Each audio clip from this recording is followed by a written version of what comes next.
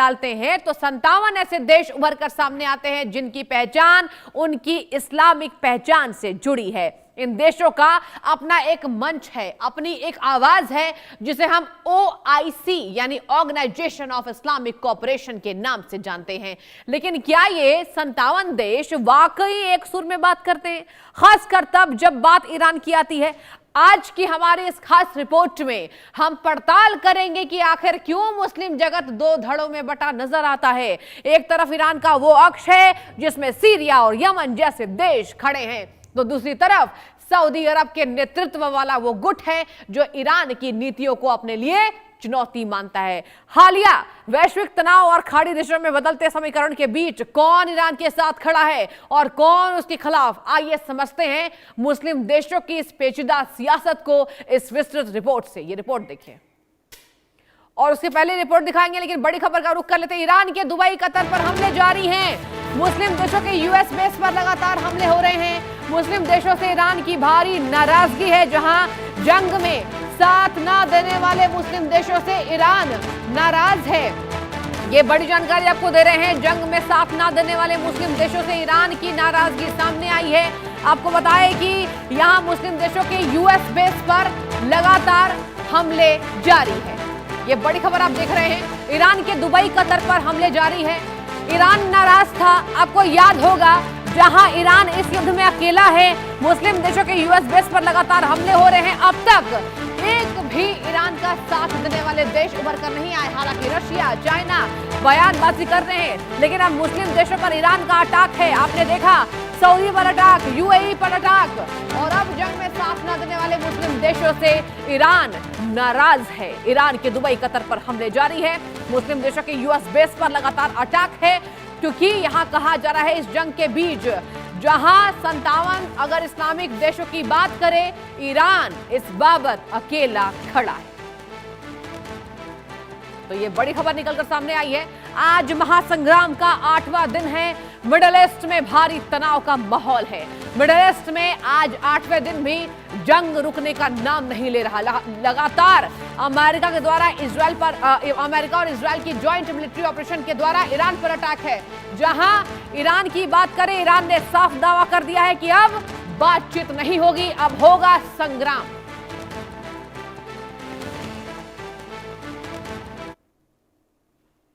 और एक और बड़ी खबर सामने आ रही है। भारत में ईरान के सुप्रीम लीडर के प्रतिनिधि का बयान सामने आया है। कोई भी ऐसी स्थिति या हालात नहीं चाहता, हमारी स्थिति अच्छी नहीं है। अब्दुल ने यह बात कही है। अब्दुल मजीद हकीम इलाही, हम पर यूनाइटेड स्टेट्स ने हमला किया है, ये उनका बयान आपको बता रहे हैं। हमें अपना बचाव करना होगा।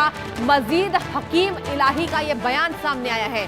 मुझे यकीन है कि ईरान का भविष्य बेहतर होगा। तो ईरान के प्रतिनिधि का ये बड़ा बयान आपको बता रहे हैं। भारत में ईरान के सुप्रीम लीडर के प्रतिनिधि का ये बयान, और ये जो आप तस्वीर देख रहे हैं जहां ये अब्दुल मजीद हकीम इलाही हैं, इन्हीं का बयान सामने आया है कि हमारी स्थिति जो है वो अच्छी नहीं है, लेकिन जल्द ईरान का जो भविष्य है, ईरान का फ्यूचर अच्छा होगा, बेहतर होगा। अब आप देखिए ना, ईरान भी पीछे नहीं हट रहा। No one wants this situation and these circumstances, but we are forced to have this situation. Our situation is not good. Our condition is not good. We were attacked by United States and Zionist regime, unjust, and we have to defend ourselves, and we sacrifice for our land, we sacrifice for our dignity, we sacrifice for our morality, we sacrifice for our independence. No one wants this situation. तो आपको बताएं कि Iran के supreme leader के प्रतिनिधि जो है अब्दुल मजीद हकीम इलाही, उन्होंने कहा है कि हम अमेरिका के द्वारा हम पर अटैक किया गया, लेकिन मुझे यकीन है, मुझे फेथ है कि ईरान का जो भविष्य है वो बेहतर होगा। कोई भी ऐसी स्थिति या हालात नहीं चाहता है। जाहिर सी बात है, कोई भी कंट्री ऐसे अपने हालात को नहीं चाहेगा। जब युद्ध पर युद्ध होते नजर आ रहे हैं, हमले पर हमले होते नजर आ रहे हैं, अटैक्स चले जा रहे हैं, हम पर यूनाइटेड स्टेट्स ने अटैक किया है, हमें अपना बचाव करना होगा। अब्दुल मजीद इलाही ने कहा है। अब्दुल मजीद हकीम इलाही का ये बड़ा बयान भी आपको सुना रहे थे। कि अटैक्ड बाय अमेरिका। उन्होंने ये बात कही, कोई भी ऐसी स्थिति या हालात नहीं चाहता है। ये बड़ी जानकारी, जहां अब एक के बाद ईरान के द्वारा ये बयान दिए। आज बड़ी जानकारी देंगे कि मुस्लिम देशों का संगठन OIC क्या है, और अगर ईरान की बात करें दर्शकों, ईरान फिलहाल अकेला तो नजर आ रहा है, लेकिन इसमें क्या स्थिति बन रही है। मुस्लिम देशों का संगठन OIC मुस्लिम देशों का सबसे बड़ा और अंतर्राष्ट्रीय संगठन है OIC, जी हां। और इसके बाद इसका पूरा नाम इस्लामी सहयोग संगठन है। OIC का पूरा नाम इस्लामी सहयोग संगठन है दर्शकों। इसके बाद OIC की स्थापना साल 1969 में की गई थी, और इसके साथ ही OIC का मुख्यालय जेद्दा सऊदी अरब में है। OIC का जो मुख्यालय है, जो सेंटर है, वो जेद्दा और यहां पर सऊदी में है। उद्देश्य मुस्लिम दुनिया की सामूहिक आवाज बनना। जाहिर सी बात है, ये इस्लामिक कंट्री का संगठन है, तो मुस्लिम यहां पर बात की जाए तो दुनिया की सामूहिक आवाज बनना इसका उद्देश्य है। मुस्लिम देशों के हितों की रक्षा करना, मुस्लिम देशों पर जो उनके जो हित हैं उनकी रक्षा करना। सदस्य इसके कुल 57 सदस्य देश हैं, 57 इनके कुल यहां पर सदस्य देश है। मुस्लिम देशों का यह सबसे बड़ा और इंटरनेशनल संगठन है OIC। यह बड़ी जानकारी आपको दी। कुछ और जानकारी आपको दूंगी, जहां ईरान के साथ और ईरान के खिलाफ कौन कौन से वो देश है। देखिए, सीरिया ईरान का सबसे करीबी सहयोगी है, जी हां, यह पहली जानकारी आपको दिया। इराक ईरान के साथ गहरे संबंध है, लेकिन जनता में मतभेद है। इसके साथ लेबनान, हिजबुल्लाह के प्रभुत्व के कारण ईरान का प्रभाव इसमें है। यमन हूती समूह ईरान के सीधे समर्थन में है, जी हां। और कतर और ओमान आमतौर पर तटस्थ रहते हैं। कतर और ओमान जो है वो आमतौर पर तटस्थ रहते हैं। पाकिस्तान, अगर बात की जाए ईरान और सऊदी के बीच मध्यस्थ, इसके साथ पाकिस्तान ईरान का समर्थन, लेकिन UAE के साथ करीबी है। जी हां, आपने देखा होगा आज बड़ी जानकारी सामने आई थी पाकिस्तान को लेकर। सीरिया ईरान का सबसे करीबी सहयोगी है। ये जो जानकारी हमने आपको दी, ये मुस्लिम कंट्रीज की ईरान के साथ कैसी बातचीत है, मध्यस्थता है या नहीं, वो आपको मैं बता रही हूं। लेबनान हिजबुल्लाह के प्रभुत्व के कारण ईरान का प्रभाव है। यहां पर हिजबुल्लाह का प्रभुत्व है लेबनान में, इसलिए यहां पर ईरान का प्रभाव है। बहरीन और कुवैत की बात की जाए, यमन हूती समूह, कतर और ओमान आमतौर पर तटस्थ रहते हैं। कतर और जो ओमान है वो आमतौर पर तटस्थ हैं। ईरान और सऊदी अरब के बीच में मध्यस्थता यहां पर, और बात की जाए सऊदी अरब की, पाकिस्तान ईरान का समर्थन, लेकिन UAE के साथ करीबी। तो देखिए, सबसे बड़ी बात तो यह है कि पाकिस्तान की बात करें, UAE का सहयोगी वो है।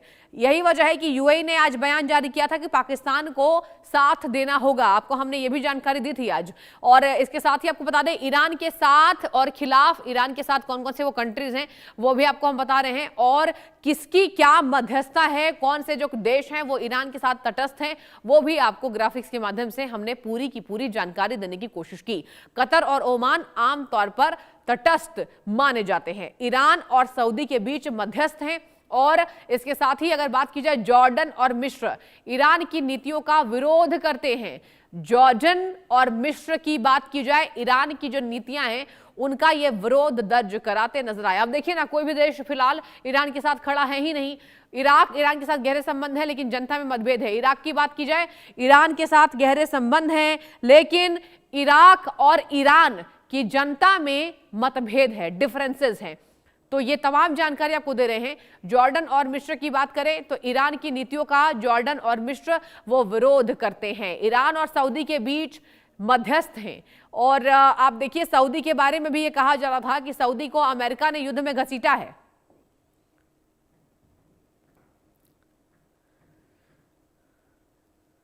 एक और बड़ी खबर की जानकारी देंगे। दक्षिणी लेबनान में इजराइल के हमले तेज हैं। दक्षिणी लेबनान के अंसारिया शहर में हमले तेज कर रहे हैं। हमले में इमारतों को भारी नुकसान पहुंचा है, और हमले का जो वीडियो है वो भी सामने आ गया है। ये बड़ी खबर आपको बता रहे हैं, जहां हमले में इमारतों को भारी नुकसान पहुंचा है, हमले का जो वीडियो है वो भी सामने आ गया है। हमले का वीडियो जारी कर दिया गया है। ये बताने की कोशिश है अटैक कितना बड़ा है, यानी कि दक्षिणी लेबनान के अंसारिया शहर में ये ताबड़तोड़ अटैक्स जारी है। ईरान के द्वारा दक्षिण लेबनान में इजराइल के हमले तेज हैं। और आपको बताएं कि दक्षिण लेबनान के अंसारिया शहर में हमले तेज कर दिए गए हैं। हमले में इमारतों को भारी नुकसान पहुंचा है, भारी क्षति हुई है, और हमले का जो वीडियो है वो भी जारी कर दिया गया है। तो इजराइल के द्वारा यहां लेबनान में यह अटैक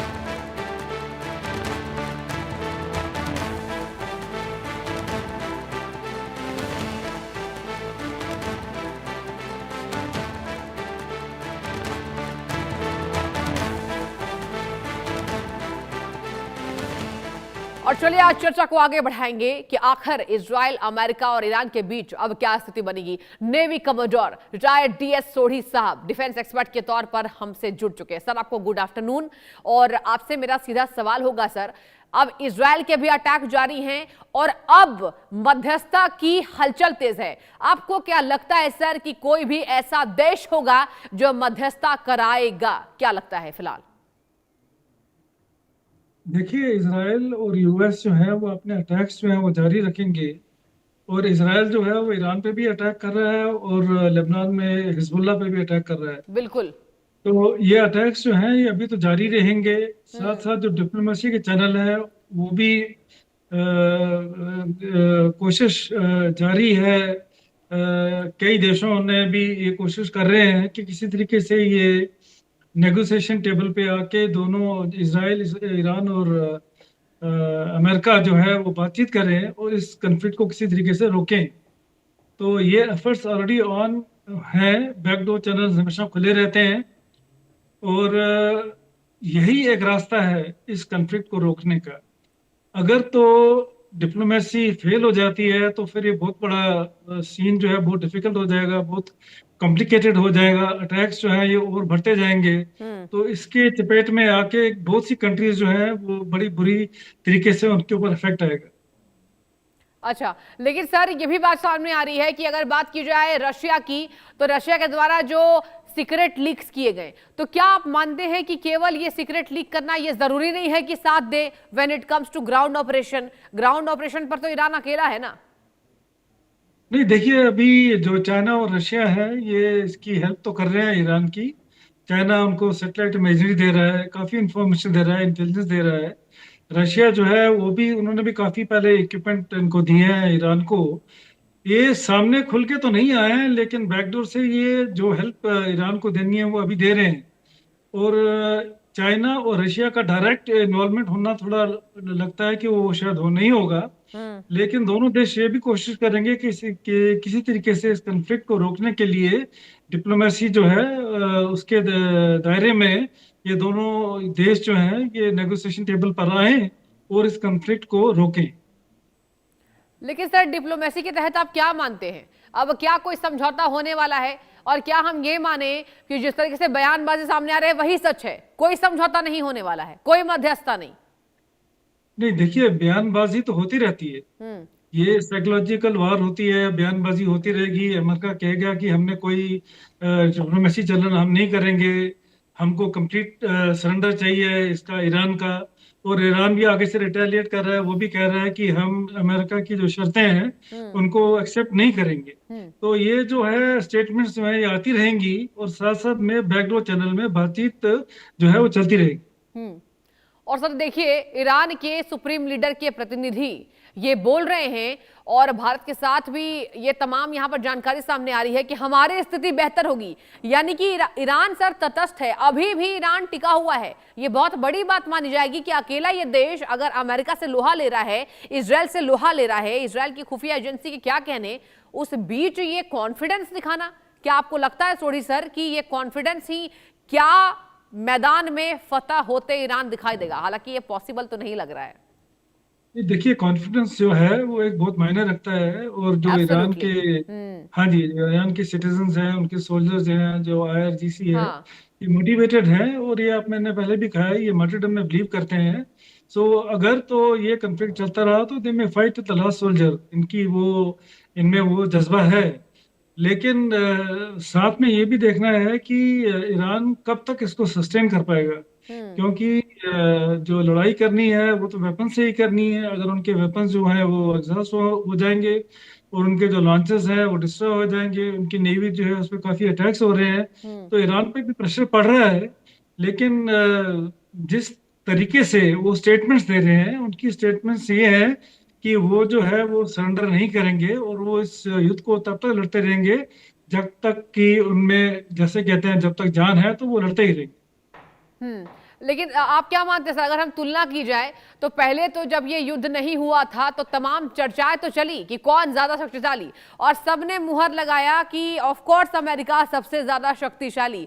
लेकिन अगर बात की जाए अभी जो स्थिति है, आप देखिए ना सर, महासंग्राम का आज 8वां दिन है। ये बहुत छोटी बात नहीं है कि 8वें दिन भी आप सरेंडर नहीं कर रहे, वो भी अमेरिका के सामने जो मतलब हो सकता है दिखावा ज्यादा करता हो, महाशक्ति है। फिलहाल तो ये भी खबर अंदरूनी तहखाने से आ रही है कि अमेरिका भी धीरे धीरे युद्ध में जो है वो बहुत लंबा इसको नहीं खींचेगा। आपका क्या अनुभव कहता है सर?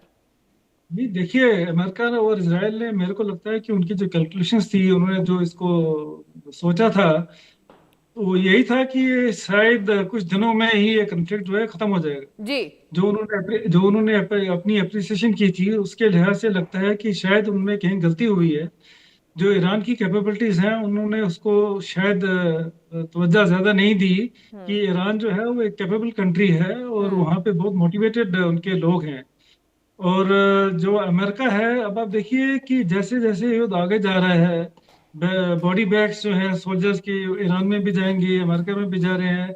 अभी प्रेसिडेंट ट्रम्प साहब गए थे बॉडी रिसीव करने के लिए, अपना उनको श्रद्धांजलि देने के लिए।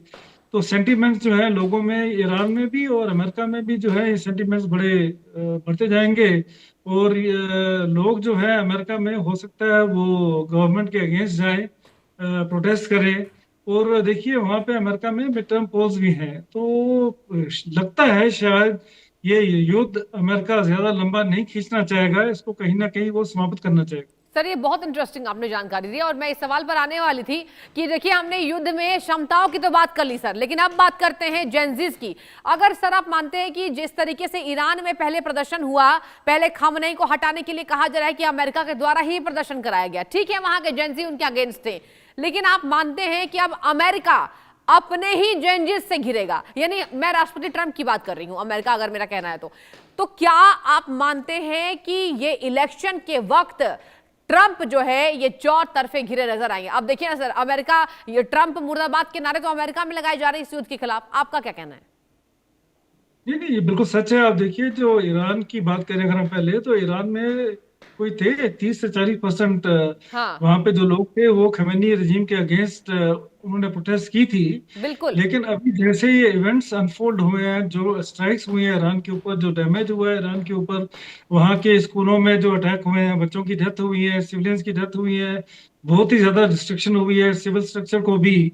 तो लोगों का जज्बा जो है वो बदलेगा। और अभी बिल्कुल जैसे कि शिप में इतने उनके सोल्जर्स, 87 सोल्जर्स की डेथ हुई है, उनकी बॉडी बैग जब वापस जाएंगे, सेंटिमेंट्स जो है काफी इफेक्ट करेंगे और उनका नजरिया बदलेगा। वो नेशनलिस्ट लोग हैं और वो इस वजह से अपने रजीम के साथ साथ देंगे। इसी तरह से अमेरिका में जो जनरेशन्स हैं, उनको भी ये लगता है कि ये कन्फ्लिक्ट से उनको कोई फायदा होने वाला नहीं है, उनका नुकसान ही होने वाला है। एक जो टोटल वर्ल्ड की इकोनॉमी है उस पर इफेक्ट हो रहा है, ऑयल सप्लाईज पे इफेक्ट हो रहा है, हर कमोडिटी जो है वो थोड़ा महंगी हो जाएगी। तो इस चीज का इफेक्ट वहां पे मिड टर्म पोल्स में जरूर दिखेगा, अगर ये कन्फ्लिक्ट जो है ये जल्दी खत्म नहीं हुआ। यानी कि आप सर ये मान रहे थोड़ी सर कि यहां आम जनता भी इस पर रिएक्ट करेगी, क्योंकि जाहिर सी बात है, अगर हमारे देश के राष्ट्रपति का ऐसा रवैया होगा कि आप किसी को भी उठाकर ले आ रहे हैं और केवल आप अपना आधिपत्य जमाने के लिए किसी भी देश के साथ जो मन करे वो बर्ताव कर रहे हैं, और युद्ध की स्थिति में अमेरिका भी की भी तो इकोनॉमी कमजोर हो रही है ना, तो जनता तो देख रही है, जनता तो स्मार्ट है, जनता के द्वारा ही आप चुने जाते हैं। तो ऐसे में यहां बात की जाए तो क्या आप भी क्या मानते हैं सर कि चुनाव से केवल अपना नजर हटाने के लिए या ध्यान भटकाने के लिए इस युद्ध को किया गया है? आपका क्या कहना है? ये भी पॉसिबल है कि अब देखिए, जो गवर्नमेंट होती है वो हर चीज को सोच समझ के चलती है, तो हो सकता है वहां पे भी उन्होंने सेंटिमेंट्स को नजरअंदाज करते हुए उन्होंने हाँ, कुछ ऐसे डिसीजंस लिए हैं जिनका इफेक्ट किसी भी तरीके से हो सकता है। तो अमेरिका भी चाहेगा कि जल्दी से जल्दी, जितना जल्दी हो, ये कन्फ्लिक्ट जो है खत्म हो जाए। क्योंकि देखिए, अमेरिका ने जो अपने ऑब्जेक्टिव्स पहले बताए थे, उन्होंने कहा था कि वो ईरान की जो न्यूक्लियर फैसिलिटीज है उनको डिस्ट्रॉय करेंगे। जी बेसिकली उनका ये था, वो रजीम चेंज करेंगे। लेकिन अब उनका गोल पोस्ट पूरा चेंज हो गया है। वो कहते हैं कि वो ईरान को टोटली एनिलेट करेंगे, उनकी नेवी को खत्म करेंगे, उनके मिसाइल लॉन्चर्स को खत्म करेंगे, न्यूक्लियर कैपेबिलिटी को खत्म करेंगे, मिसाइल प्रोडक्शन कैपेबिलिटी को खत्म करेंगे। तो इस वजह से अभी काफी जो सिनेरियो है पूरा बदल गया है। और अमेरिका जी को अभी सर। देखिए ये भी लग रहा है कि ईरान की जो रिटेलिएशन है वो कम नहीं है। अब वो अपना तीसरा एयरक्राफ्ट कैरियर है उसको भी भेज रहे हैं इस युद्ध में पार्टिसिपेट करने के लिए। सर, एक और मेरा अहम सवाल आपसे होगा, अगर हम बात की जाए 57 देशों की, एक हम रिपोर्ट भी अभी दर्शकों को दिखा रहे थे, तो आप क्या मानते हैं, अमेरिका से डर है इन तमाम देशों को या ईरान से मतभेद है? आखिर क्यों समर्थन देते नजर नहीं आ रहे हैं, क्यों साथ देते नजर नहीं आ रहे हैं? क्या अमेरिका का डर या ईरान से मतभेद, क्या मानेंगे? नहीं, मैं तो कहूंगा कि ये दोनों रीजन जो है, दोनों रीजन हो सकते हैं। हाँ, उनके आपस में मतभेद मतलब भी हो दोनों सकते हैं पॉसिबल और है, साथ में मतभेद भी हो जी सकता है जी और जी यहाँ ट्रंप से डर भी हो सकता है। डर का कहने का ये मतलब देखिए, जो अमेरिकन बेसेस हैं मिडिल ईस्ट में, हाँ। काफी जगह पे अमेरिकन बेसेस हैं। तो वो भी हर कदम जो है फूक फूक के ले रहे हैं, जो ये मिडिल ईस्ट की कंट्रीज हैं वहां पे, क्योंकि अमेरिका का प्रेजेंस तो है वहां पे। हम्म। और यही वजह है कि यहाँ पर ट्रंप साहब जो कर रहे हैं, जो इनके सेकेंड टाइम इलेक्ट होने के बाद जो ट्रंप का रिएक्शन सामने आ रहा है दुनिया के देशों के साथ, वो तो खुद लैटिन अमेरिका में भी आधिपत्य जता रहे हैं। जैसे ऐसा लग रहा है कि किसी भी देश का प्रतिनिधि हो, चाहे सुप्रीम लीडर हो, वो अकेला तय नहीं कर सकता कि शासन किसका होगा। सर, एक और सवाल मेरा होगा, अगर हम मुस्तफा खामनेई की बात करें तो फिलहाल ट्रंप का एक नया रिएक्शन सामने आया है। वो कह रहे हैं कि वो बेवकूफ हैं। अब ऐसे मुस्तफा खामनेई को बेवकूफ बताना, क्या हम ये भी समझे कि झुके नहीं तो ट्रंप जो है उनकी जगहसाई करने पर आतुर है? क्योंकि ट्रंप के द्वारा तो अभी कुछ एक्शन देखने को नहीं मिल रहा है उनके बेटे को लेकर। देखिए, जो ट्रम्प साहब है वो तो हर एक आदमी को बेवकूफ कहते हैं। वो हर एक आदमी को बेवकूफ समझते हैं। एब्सोल्युटली। जो सुप्रीम लीडर है, उनके जो बेटे अभी नॉमिनेट हुए हैं, वो एक मॉडरेट बंदे हैं, बिजनेसमैन हैं। लेकिन उनका आप देखिए, पहले भी जब ये थोड़ा कंफ्लिक्ट हुआ था पहले, तो उस टाइम ठीक है। उन्होंने भी काफी, उनकी इन्वॉल्वमेंट जो थी आईआरजीसी के साथ काफी थी। वो भी काफी डायरेक्शंस देते थे उस टाइम पे भी। और जो ट्रम्प साहब हैं वो तो स्टेटमेंट ये दे रहे हैं कि जो रजीम चेंज अगर होगा ईरान में, तो वहां पे जो रूल करेगा वो उनका ही आदमी होगा, ठीक है सर, अमेरिका का माफी के आदमी साथ होगा। आपको रोक रही हूँ थोड़ी। सर, आपका बहुत बहुत धन्यवाद इस चर्चा में सामने आने के लिए। और बड़ी खबर का रुख करेंगे, लोकसभा स्पीकर के खिलाफ विपक्ष की तैयारी।